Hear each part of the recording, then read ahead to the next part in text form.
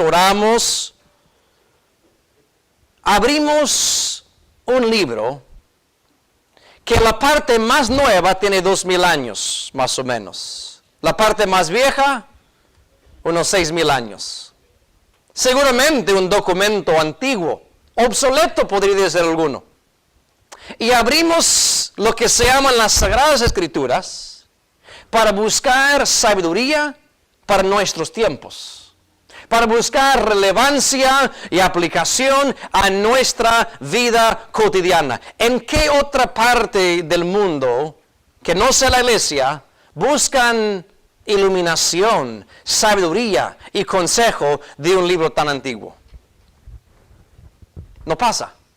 Para que vean lo peculiar que es venir a la iglesia a escuchar la palabra de Dios. Sin embargo, yo me gozo mucho pertenecer a un grupo de personas que es la iglesia de Dios, específicamente esta iglesia local, donde nos gozamos en abrir la Biblia y que cuando acudimos a ella estamos hablando con autoridad.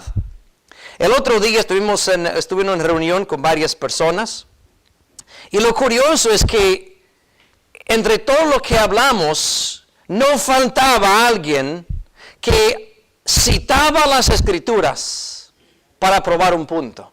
No faltaba quien citara las Escrituras para arrojar luz sobre la situación actual.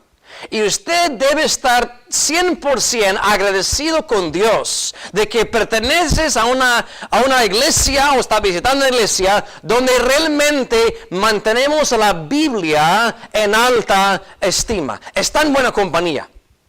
Mire cómo Pablo le dice a Timoteo en versículo 15, que desde la niñez ha sabido las Sagradas Escrituras. La Biblia no es solamente para adultos. El mejor tiempo para inculcar los principios bíblicos en las vidas de nuestros hijos es desde su niñez. En lo que debe tener el mayor autoridad en su vida es la palabra de Dios. Y Timoteo tuvo la dicha y la bendición de vivir en un hogar donde su mamá y su abuela les enseñaban la palabra de Dios. Su padre era griego, tal vez incrédulo, pero su mamá y su abuela le instruían en los caminos del Señor. Y Pablo dice que esa sabiduría de las Escrituras le hablaba de Cristo, le hablaba de la salvación por la fe en Cristo Jesús. De todo lo que uno puede aprender en la Biblia. Y hay mucho que aprender. De cómo debo portarme en el trabajo, cómo debe ser mi matrimonio, cómo debe ser mi hogar, cómo debo ser como ciudadano. Lo más esencial, lo que Dios tiene aquí, es para que usted sea salvo. Eso es lo más esencial. Pero no para, eso es el inicio. Porque verso 16 dice que toda escritura es inspirada divinamente. Esto es, Dios mismo inspira o ha inspirado esta palabra. Y por lo tanto es útil, trae provecho en 4 maneras. Para enseñar lo que es correcto. Para rehuir, para decirme cuando ando mal. Para corregir, para decirme cómo salgo de ese problema que tengo, corregir lo que esté mal en mi vida. Y por último, para instruir en justicia. Cómo me mantengo en un camino que le agrada a Dios. Pero aún eso tiene su fin. 17. Para que el hombre de Dios sea perfecto, enteramente instruido para toda buena obra. Noten la conexión entre versos 15, 16 y 17. Dios nos ha dejado las Sagradas Escrituras para que nosotros, como hijos de Él, hombres y mujeres, tengamos todo lo que necesitamos para estar totalmente instruido para toda buena obra.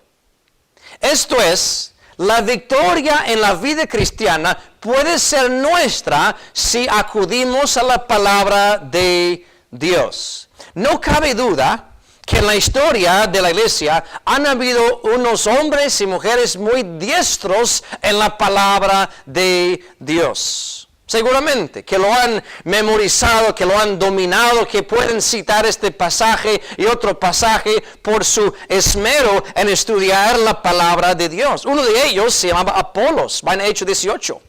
Hechos 18. Todavía no les presento en sí lo que es el mensaje. Esa es la introducción. Hechos 18, y el verso 24. Dice: llegó entonces a Éfeso un judío llamado Apolos, natural de Alejandría, varón elocuente, poderoso en las Escrituras. ¿Cuánto dinero tenía Apolos? No lo sé. Si era guapo o feísimo, no lo sé. ¿Cuántos hijos tenía? No lo sé. Lo que Dios destaca sobre Apolos, aparte de donde era y que era elocuente, lo más esencial es que era poderoso en las Escrituras. Y seguramente tanto como Apolos, varios otros hombres lo eran. Pablo y Bernabé, que abrían las Escrituras en las sinagogas y mostraban a los judíos que Jesús era el Cristo. Ahora, uno que tiene el Nuevo Testamento no es difícil mostrar que Jesús es el Cristo, ¿verdad? Pero ser tan diestro en las Escrituras que puedes tomar profecías, salmos y profecías mesiánicas y mostrar a Cristo a un grupo de judíos, no es fácil. Son personas diestras en las Escrituras y entre ellos estaba Apolos. Ahora, pero hay una persona entre todos que ha tenido el mejor conocimiento y aplicación de las Escrituras en toda la historia de la humanidad. Y obviamente este hombre perfecto es el mismo Jesús. Lo que quisiera hacer esta mañana es correr por los evangelios. Digo correr porque hay tantos que mirar que tal vez no permite leer todos, pero haremos lo mejor que podamos para que esto sea un mensaje de hoy solamente, a mostrarles cómo Jesucristo usó las Escrituras. Porque si Jesucristo usó las Escrituras para tener victoria en su vida personal, también nos deja un ejemplo como nosotros de la misma forma podemos tener victoria en nuestras vidas personales. Vayan a Mateo 4 para iniciar. Mateo 4. Vamos a ver cómo Jesucristo usó las Escrituras para obtener la victoria en su vida personal, haciendo aplicación a nuestras vidas también. Mateo 4, usted conocerá el contexto. Jesús está siendo tentado por Satanás, luego de haber ayunado 40 días, tenía hambre, y en ese momento de debilidad física, el tentador quiere aprovechar, ¿verdad? Tentándole en verso 3. En versículo 4, miren esto, mas él respondiendo dijo, escrito está, no con solo el pan vivirá el hombre, mas con toda palabra que sale de la boca de Dios. Usted no se imagina cuántas veces Jesucristo hace referencia a las Escrituras del Evangelio. Escrito está. Oh, ¿no habéis leído? ¿Por qué? Porque él tenía primeramente una alta estima, un alto valor de lo que son las Escrituras. Primeramente, mis hermanos, Jesús asevera que las Escrituras son de origen divino. Dice que el hombre vivirá con toda palabra que sale de la boca de Dios. Claro, Moisés escribió una parte, David otra parte, Salomón otra parte, Isaías otra parte, pero todo proviene de la boca de Dios. Y como es de la boca de Dios, debe ser de alto valor para el Hijo de Dios. Jesucristo pone como necesidad para la sobrevivencia del hombre la palabra de Dios. Mientras el pan físico da vida física, sustenta vida física, la palabra de Dios es esencial para sustentarnos en nuestra vida espiritual. Bajan hasta el versículo 7 ahora. Versos 7 y 10 van a ver que Jesús menciona las Escrituras de nuevo. Verso 7. Jesús le dijo, escrito está de más. No tentarás al Señor tu Dios. Verso 10. Entonces Jesús le dice, vete Satanás, que escrito está. Al Señor tu Dios adorarás y a Él solo servirás. La segunda cosa que hace Jesús para tener la victoria en su vida, usó las escrituras para resistir tentación. Eran 3 tentaciones, ¿verdad? Verso 3 es una, verso 5 y 6 es otra, y verso 8 y 9 es otra. En las 3 tentaciones, Jesucristo en verso 4, verso 7, verso 10, inicia diciendo, escrito está. O sea, Él usó la palabra de Dios como espada, que específicamente lo que dice el apóstol Pablo en Efesios 6, 17, que la espada del Espíritu, ¿qué es? La palabra de Dios. Hebreos 4, 12 nos dice que es espada de doble filo. Mis hermanos, no hay mejor armamento en la vida espiritual para resistir tentación, sino la palabra de Dios. Jesucristo cita varios mandamientos para no sucumbir a la tentación. Y lo interesante es que para cada tentación sabía de un versículo diferente. Y seguramente si Satanás viene con 100 tentaciones diferentes, Jesús cita 100 pasajes diferentes. Punto es que cualquiera que sea la tentación en su vida o en mi vida, hay un principio, hay un mandamiento, hay un ejemplo o hay algo de la palabra de Dios que puede combatir esa tentación. Conste que al final del versículo 10, ¿cómo respondió el diablo al uso apropiado de la espada del Espíritu? El diablo entonces le dejó. Que el diablo no puede contra la palabra de Dios. Cuando un hijo de Dios guarda su palabra, no solamente en el cerebro, sino en el corazón, el diablo tiene que huir. Salmo 119, vayan a verlo, yo sé que es conocido. Salmo 119.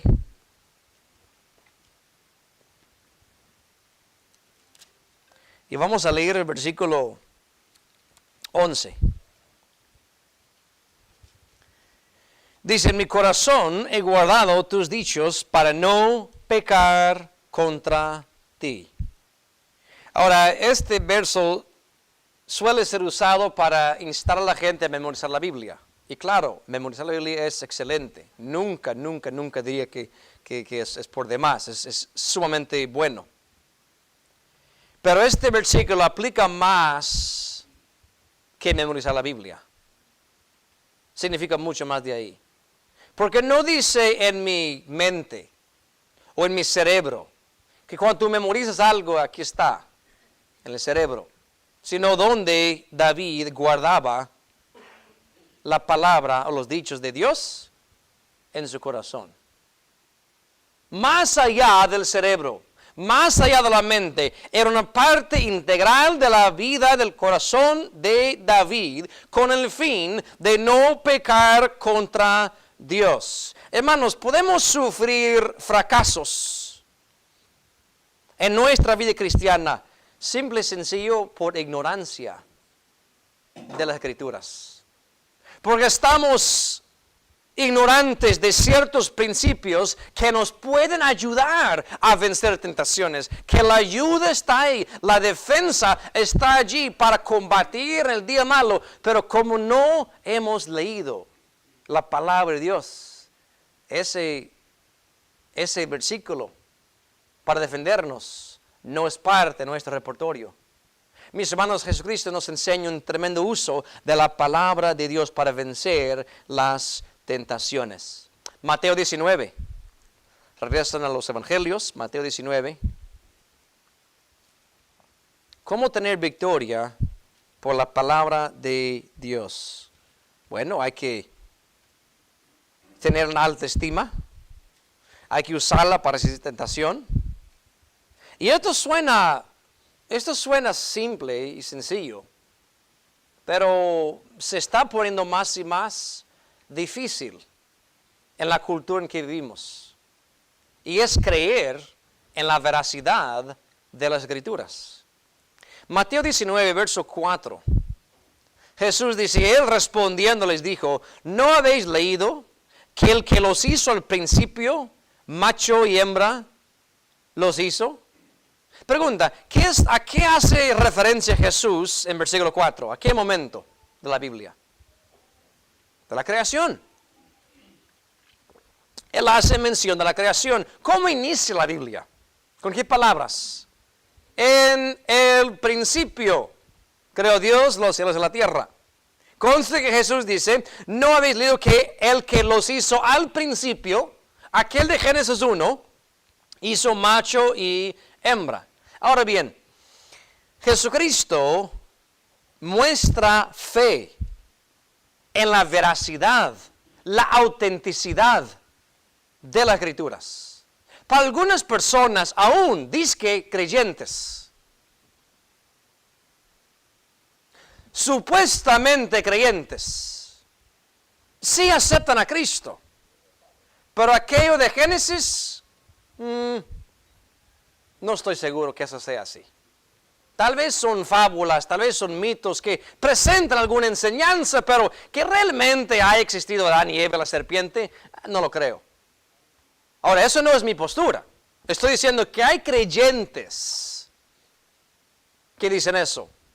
El cristianismo moderno, que echa tierra sobre historias comunes en el Antiguo Testamento, como el diluvio, como Sodoma y Gomorra, como la Torre de Babel, como todo aquello que Jesucristo lo citaba como si fuera y como es una historia verdadera. Jesucristo no dice, bueno, sí, no sabemos cómo existió la tierra. No, había un creador.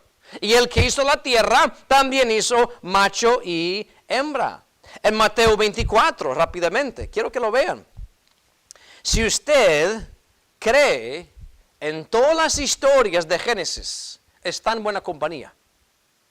Porque Jesucristo mismo creyó en cada una de esas historias. No eran cuentos de hadas, mis hermanos. No eran mitos, no eran leyendas. Jesucristo hace referencia a los mismos eventos que hoy en día la gente por lo común rechaza. Mateo 24, miren versículo 37, 38. Mas como los días de Noé, así será la venida del Hijo del Hombre. Porque como los días antes del diluvio estaban comiendo y bebiendo, casándose y dando en casamiento hasta el día que Noé entró en el arca. Los infieles, los incrédulos y los ateos tratan de hacer burla de nosotros. Diciendo, ¿ustedes realmente creen que hubo un diluvio universal? Y que Noé hizo un arca con su familia y abordó los animales y así salvó la... Sí, lo creo. ¿Y sabe qué? No soy el único en creerlo. Sino Jesucristo mismo pone su dedo de confirmación citando los días de Noé, el diluvio y el arca. No solamente eso, Lucas 17. Lucas 17. Y versículos 28 al 32, no lo vamos a leer por cuestión de tiempo, pero Jesucristo cita los días de Lot y Sodoma. Jesucristo cita cuando Dios hizo caer fuego y azufre del cielo para destruir a Sodoma. Jesucristo confirma que la mujer de Lot volvió atrás y se convirtió en una estatua de sal. Ahora, si usted dice eso a un compañero de trabajo, va a decir que estás loco. Jesucristo dice que todo eso y más es 100% seguro. Ahora, déjenme decirles algo. Yo no necesito hallazgos arqueológicos para confirmar lo que ya ha pasado. Ahora, si el hombre logra descubrir algo del reino de David, de Salomón, qué bien. Pero eso no aumenta ni mengua mi fe. yo creo en todo lo que el Antiguo Testamento dice que pasó. Personas, eventos, edades, todo eso. Porque Jesucristo mostró buena fe, que la palabra de Dios era verdadera y verificada. Ni digamos, mis hermanos, Juan 8, Jesús menciona que Abraham es el padre de Israel. Mateo 12, que David era un rey en Israel. En Mateo 12, que Jonás fue tragado por una ballena y por 3 días y 3 noches estuvo en el vientre de la ballena. ¿Puedo explicarlo yo? No. Pero la Biblia dice que así pasó y Jesús también verifica que pasó así. En Lucas 11, Jesús hace mención de Salomón y las reinas de Sur. En Juan 3, Jesús hace mención de la serpiente de bronce, que con la mirada de fe, los que fuesen mordidos por la serpiente fuesen sanados. Y en Juan 6, Jesús hace mención del maná que cae del cielo. Jesús verifica cada historia, mis hermanos, del Antiguo Testamento. Y déjeme decirte, si tú oyes las voces del cristianismo moderno, que echan tierra sobre los eventos esos, te estás oponiendo a Cristo Jesús. Y te aseguro de algo, no tendrás victoria por la palabra de Dios cuando tú te haces juez de lo que es cierto y lo que no es cierto.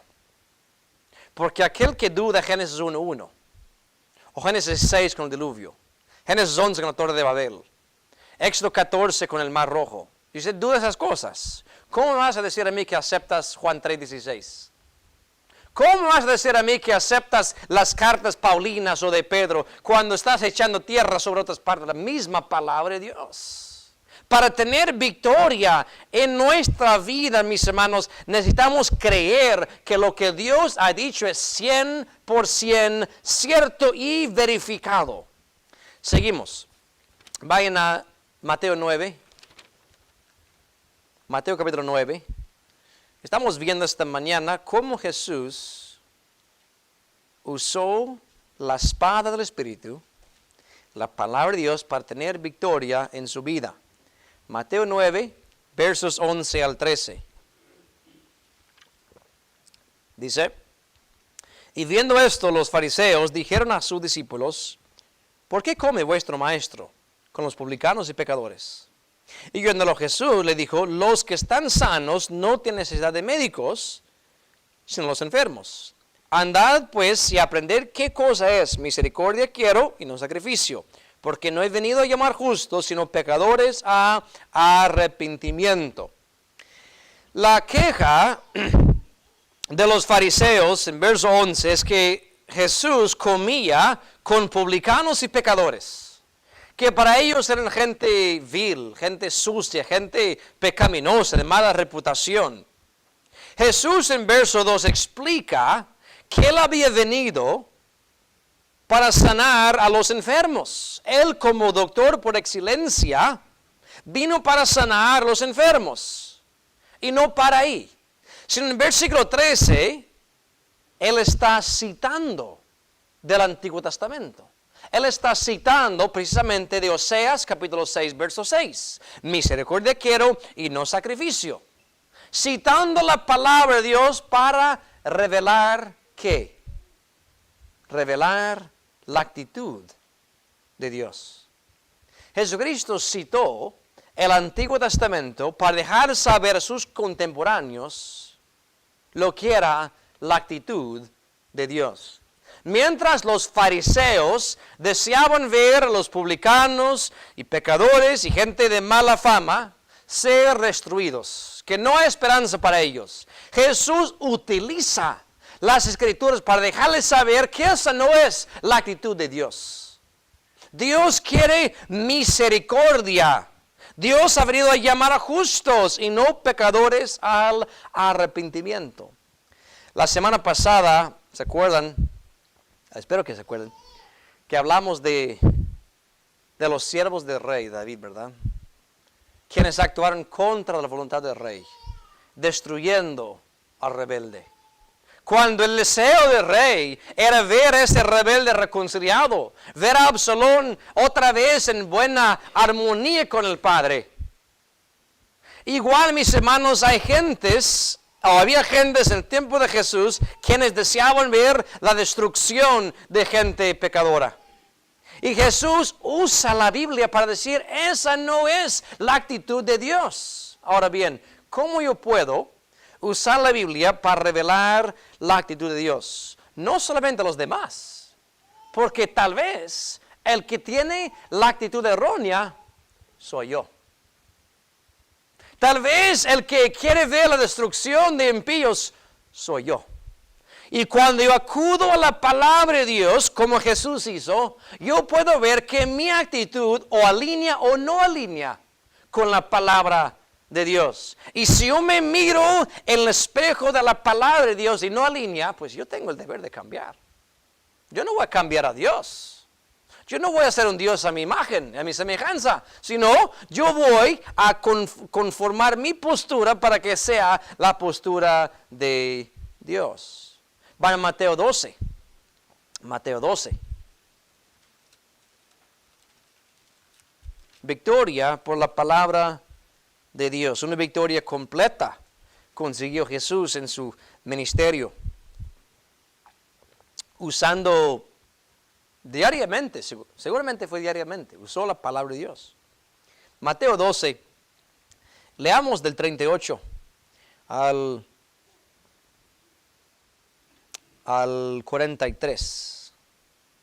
Entonces, respondiendo algunos de los escribas, de los fariseos, diciendo, Maestro, deseamos ver de ti señal. Y él respondió y les dijo, la generación mala y adulterina demanda señal, mas señal no les será dada, sino la señal de Jonás profeta. Porque como estuvo Jonás en el vientre de la ballena 3 días y 3 noches, así estará el Hijo del Hombre en el corazón de la tierra 3 días y 3 noches. Los hombres de Nínive se levantarán en el juicio con esta generación y la condenarán, porque ellos se arrepintieron de la predicación de Jonás, y aquí más que Jonás en este lugar. La reina del austro se levantará en el juicio con esta generación y la condenará, porque vino los fines de la tierra para oír la sabiduría de Salomón, y aquí más que Salomón en este lugar. Jesús cita ejemplos del Antiguo Testamento, de los de Nínive y de la reina del sur, para comparar a su generación presente, para mostrar el gran privilegio que ellos tenían. Por ejemplo, menciona a Nínive. ¿Se acuerdan la historia de Jonás en Nínive? Que él fue a Nínive, sí, en el segundo intento. Y la predicación de Jonás a Nínive fue muy corta. ¿Qué era? De aquí a 40 días Nínive está destruida. Y eso es lo que está grabado. Si dijo más, no lo sé, pero eso es lo que yo sé que él dijo. Nada de que hay esperanza, nada de que hay reconciliación, nada de eso. Solamente de aquí a 40 días, una fecha límite, viene una destrucción.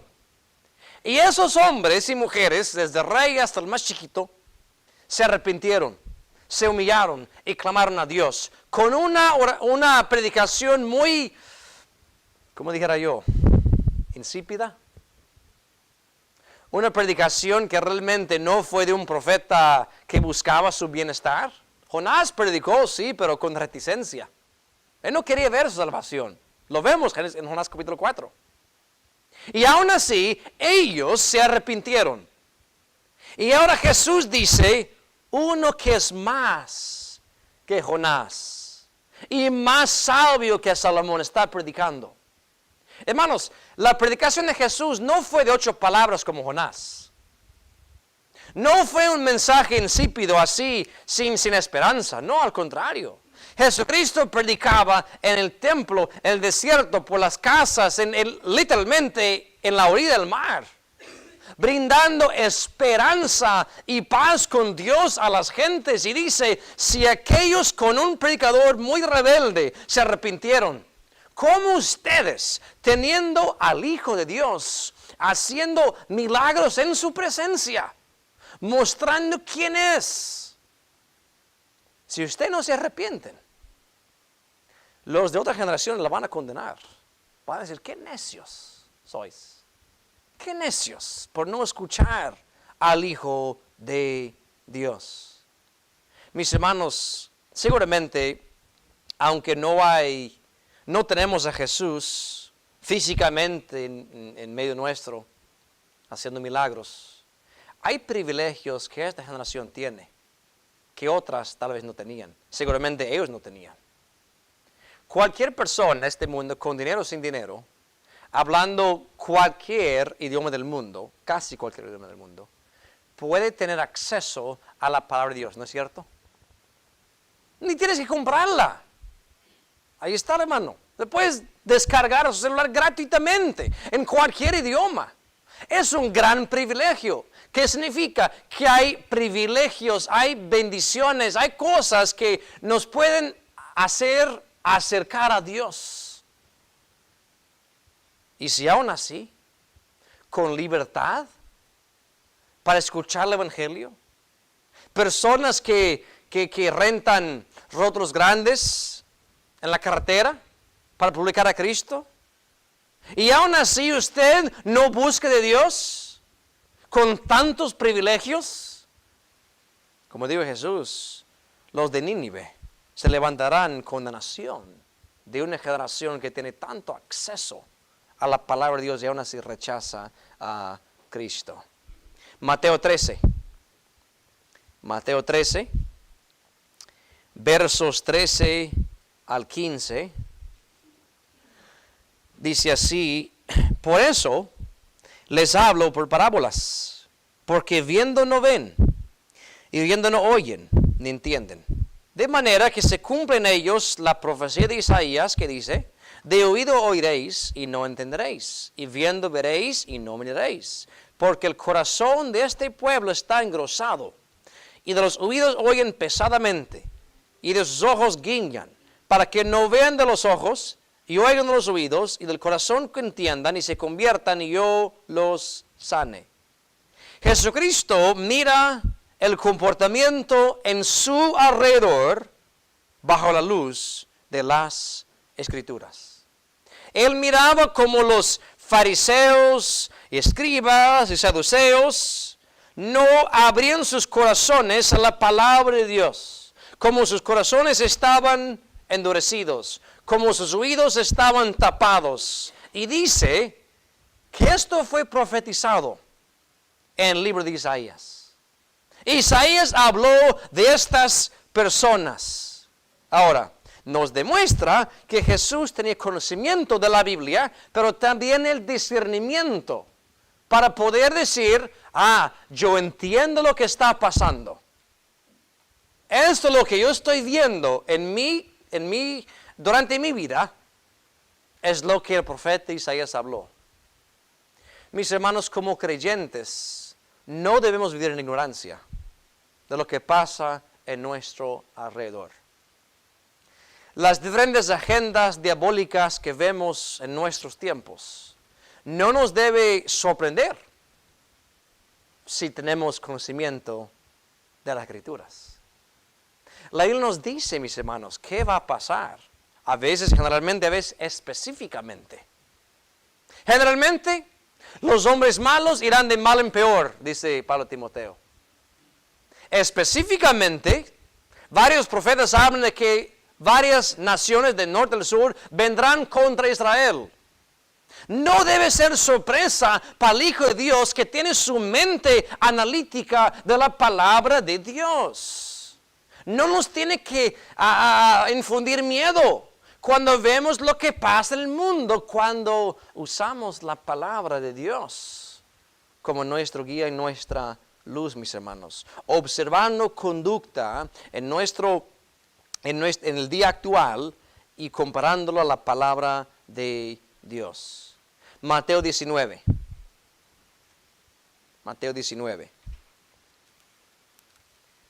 Y vamos a leer versículos, ya leímos el 4, ¿verdad? Leemos el 5 al 9. Del 5 al 9. Y dijo, por tanto, el hombre dejará padre y madre, y se unirá a su mujer, y serán dos en una carne. Así que no son ya más dos, sino una carne. Por tanto, lo que Dios juntó, no lo aparte el hombre. Jesús está citando, en verso 5, Génesis 2:24 creo que es, citando las Escrituras, para contestar la pregunta que se hizo en verso 3. ¿Es lícito al hombre repudiar a su mujer por cualquier causa? Jesús cita las Escrituras como autoridad. Luego en verso 7, dicen, ¿por qué pues Moisés mandó dar carta de divorcio y repudiarla? Pensaron que lo tenían atrapado. Bueno, ¿por qué Moisés entonces mandó acerca del divorcio y que podía repudiar? Jesús tiene una respuesta muy apropiada. Verso 8. Por la dureza de vuestro corazón, Moisés os permitió repudiar a vuestras mujeres, mas al principio no fue así. Y yo os digo que cualquiera que repudiare a su mujer, si no fuere por causa de fornicación y se casare con otra, adultera. Y el que se casare con la repudiada, adultera. Miren esto. Jesús usa las Escrituras para explicar el propósito original de Dios. Pensaron que tenía Jesús entre la espada y la pared, diciendo, bueno, Moisés mandó esto, pero tú dices que no debe ser así, del divorcio. Jesús explica diciendo que al principio fue una cosa, en versículo 8. Al principio, ¿qué es el principio? Génesis 1, Génesis 2. Al principio Dios creó a Adán, Dios creó a Eva. Y no dio a Adán, a Eva, junto con el recibo, diciendo, bueno, si no funciona, ahí me la devuelves. Y hago otra costilla, es más, tienes muchas. No hizo eso. Aquí está tu mujer, hoy y para siempre. Al principio fue así, dice Jesús. Y el intento original de Dios no ha cambiado. Ahora, esto de Moisés permitir repudiar a su mujer, ¿saben por qué inició? Por la dureza de su corazón. Mis hermanos, esto es muy importante. Oigan bien, espero poder decirlo como quiero decirlo, para que haya entendimiento. Hay muchas cosas. Precisamente el domingo pasado una hermana preguntó, ¿cómo respondemos a aquellos que nos preguntan, ¿y por qué Dios permite esto? ¿Verdad? Y a veces son preguntas que, bueno, yo no tengo respuesta. ¿Por qué Dios permitió que una niña muriera, ¿verdad?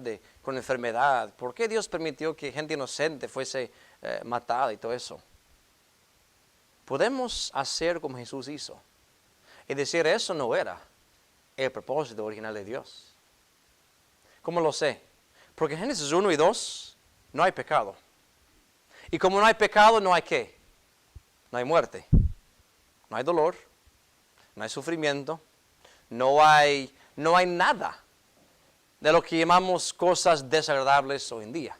Al principio no fue así, diríamos como Jesús. Y la gente responde, entonces ¿por qué ahora hay? Y podremos responder como respondió Jesús, por la entrada del pecado al mundo. Génesis 3 trastornó todo, mis hermanos. Tal vez lo leemos como una pequeña historia, pero a la verdad, grandes cosas sucedieron a partir de Génesis 3. Porque que el pecado, un solo pecado, entró al mundo de la desobediencia, ha desatado ¿cuántos pecados hasta el día de hoy? Tanta rebelión, tanto sufrimiento, tanto quebrante de corazón que hoy en día vemos es por causa de un solo pecado. Pero decimos, como dijo Jesús, pero al principio no fue así. No le culpes a Dios para ser el autor de este mal cuando es por culpa del pecado. Cuando el pecado entró al mundo, entró la muerte y todas las consecuencias negativas. Ahora, encontramos muchas leyes en el Antiguo Testamento, en Éxodo, en Levítico, Deuteronomio, de cómo ofrecer sacrificios, ¿verdad? De animales. ¿A poco hay mención de eso en Génesis 1 y 2? No hay. ¿Por qué? Porque no había necesidad de matar un animal para cubrir el pecado. Esas leyes entraron al mundo por el pecado del hombre. Y Jesús cita las Escrituras para explicar por qué las cosas están como están hoy en día. ¿Por qué existe el divorcio? ¿Por qué existe la separación familiar? ¿Por qué existe esto? ¿Por qué existe el otro? ¿Por qué existe la maldad? Por la entrada del pecado al mundo. Por Génesis 3. Vayan a Mateo 19 otra vez. Verso 16 al 19. Dice, y he aquí uno llegándose le dijo, Maestro bueno, ¿qué bien haré para tener la vida eterna? Y él le dijo, ¿por qué me llamas bueno? Ninguno es bueno, sino uno, es a saber, Dios. Y si quieres entrar en la vida, guarda los mandamientos. Dícele, ¿cuáles? Y Jesús dijo, no matarás, no adulterarás, no hurtarás, no darás falso testimonio. Honra a tu padre y a tu madre, y amarás a tu prójimo como a ti mismo. Aquí Jesús usa la Escritura, la cita, para enseñar los mandamientos de Dios, citando Éxodo 20 y Levítico 19. Mis hermanos, no es una sola vez, sino Mateo 22 hace lo mismo. Jesús cita los mandamientos de Dios, que cuando le preguntaron, ¿qué es el mandamiento más grande? ¿Qué dice Jesús? Amar a Dios de todo tu corazón, tu mente, tu espíritu, tu fuerza. Y el segundo es semejante. Amarás a tu prójimo como a ti mismo. Ahora bien, Jesús usa las Escrituras para enseñar los mandamientos de Dios.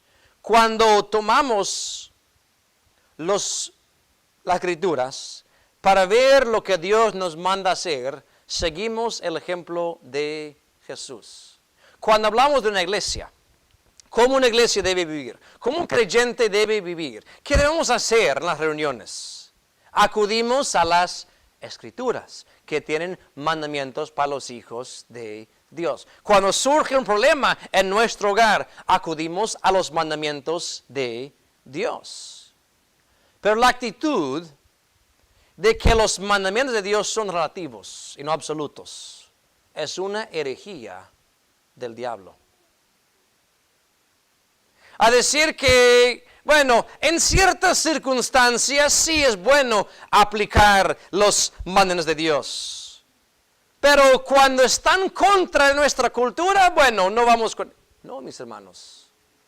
El domingo pasado por la noche colgué la plomada del albañil de arriba. ¿Cuántos se acuerdan, verdad? Y hablamos de que la palabra de Dios, la plomada del albañil es absoluta. No se puede argumentar contra la verdad. Jesús nos enseña que los mandamientos de Dios no son relativos, sino son absolutos. Y no vale la pena desafiar la ley de Dios. Lucas 4. 2 puntos más quiero mostrarles. Lucas 4. ¿Cómo tener victoria por la palabra de Dios? De forma resumida, hacer con la Biblia lo que Jesús hizo con la Biblia. Porque si logras seguir su ejemplo, no el mío, el ejemplo de Él, en el uso de las Escrituras, tendrás victoria en tu vida cristiana. Lucas 4, leamos del 16 al 21. Y vino a Nazaret, donde había sido criado, y entró, conforme a su costumbre, el día del sábado en la sinagoga, y se levantó a leer. Y fuele dado el libro del profeta Isaías, y como abrió el libro, halló el lugar donde estaba escrito: El Espíritu del Señor es sobre mí, por cuanto me ha ungido para dar buenas nuevas a los pobres, me ha enviado para sanar los quebrantados de corazón, para pregonar a los cautivos libertad y a los ciegos vista, para poner en libertad a los quebrantados, para predicar el año agradable del Señor. Y arrollando el libro, lo dio al ministro y sentóse. Y los ojos de todos en la sinagoga estaban fijos en él. Y comenzó a decirles: Hoy se ha cumplido esta escritura en vuestros oídos. Jesús citó las Escrituras para mostrar profecía cumplida. Aquí, específicamente en cuanto a su propósito, porque Él había venido. Que cuando Él cita al profeta Isaías, dice: Isaías está hablando de mí y de este mismo día. Hoy están viendo las Escrituras cumplidas en delante de sus ojos. Hay muchísimos pasajes donde Jesucristo cita las Escrituras, es decir, yo soy el cumplimiento. Pero el punto para nosotros, porque no somos Cristo, para decir, bueno, eso que pasó, eso soy yo. No somos así de locos. Pero sí podemos tomar las Escrituras y decir, esto que está pasando en nuestro mundo ha sido profetizado. Ha sido profetizado. Profecía cumplida. Podemos tomar las profecías del Antiguo Testamento y ver cómo se cumplieron en la vida de Jesús, en su nacimiento, profetizado de antemano, su vida intachable, profetizada de antemano, su crucifixión, sepultura y resurrección, profetizada de antemano, y con toda la confianza del mundo, decir que las profecías que aún no se han cumplido de su futuro reino y de la eternidad, tal como se cumplieron las profecías pasadas, se van a cumplir las que vienen en el futuro.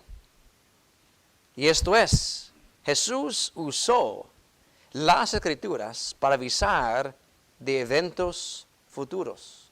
Leemos en parte Mateo 24, ¿verdad? Donde Jesucristo habla de que como los días de Noé, la gente vivía sin preocuparse por un diluvio. Pensaron que Noé estaba loco, porque no había llovido todavía, hasta el día en que comenzó a llover. El mundo puede escuchar de un rapto, del arrebatamiento de la iglesia, cuando confiamos y creemos por la Biblia que un día Cristo viene por su iglesia y los creyentes desaparecerán. Nos van a buscar y no nos van a hallar, como pasó con Enoc, Génesis 5. No, ¿cómo va a creer? Sí, lo creo. Lo creo. Porque tal fue como los días de Noé, como fue en los días de Lot, así será en los días del Hijo del Hombre. Las Escrituras nos pueden hablar de eventos futuros. Por último, Lucas 24. Lucas 24, del verso 25 al 27.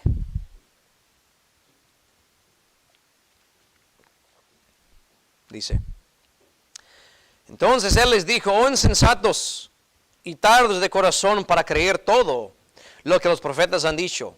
¿No era necesario que el Cristo padeciera estas cosas y que entrara a su gloria?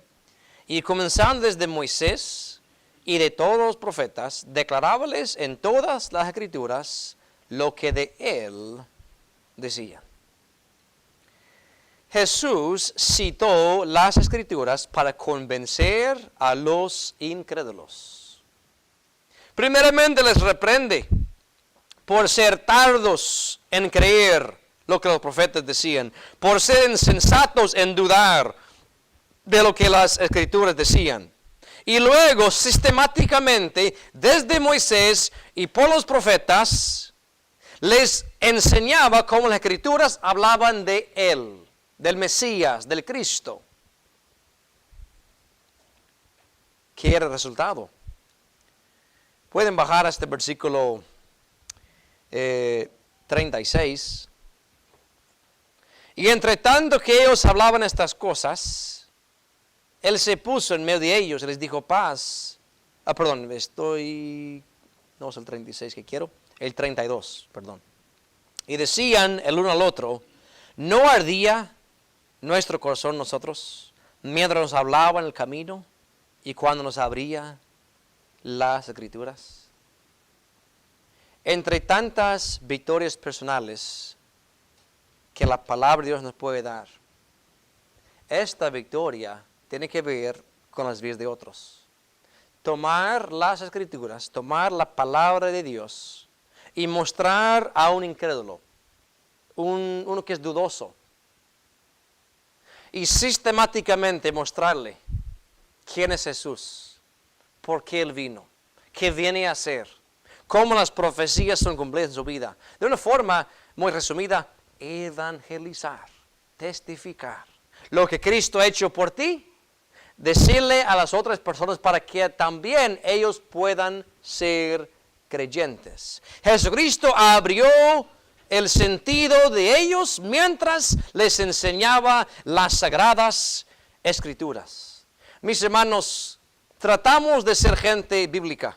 Tratamos de enfatizar la palabra de Dios cada vez que venimos a este lugar. Pero por más que tratamos, no igualamos a lo que Jesús hacía. Así que en esta tarde ya, lo que yo quiero que ustedes hagan es usar las Escrituras como Jesús las hacía. Si en alguna forma otro hermano o yo imitamos como Jesús las hacía, bien, síguenos, imítenos. Pero siempre el ejemplo primordial, preeminente para cualquier hijo de Dios es usar las Escrituras para la victoria como Jesús las usaba. Tomemos nuestra espada del Espíritu, la palabra de Dios, en serio, mis hermanos, que eso nos va a dar la victoria en muchas facetas de nuestra vida. Vamos a orar y que Dios bendiga el mensaje que escuchamos esta mañana. Padre Celestial, gracias por la espada del Espíritu. Creemos firmemente que no hay otro libro como este.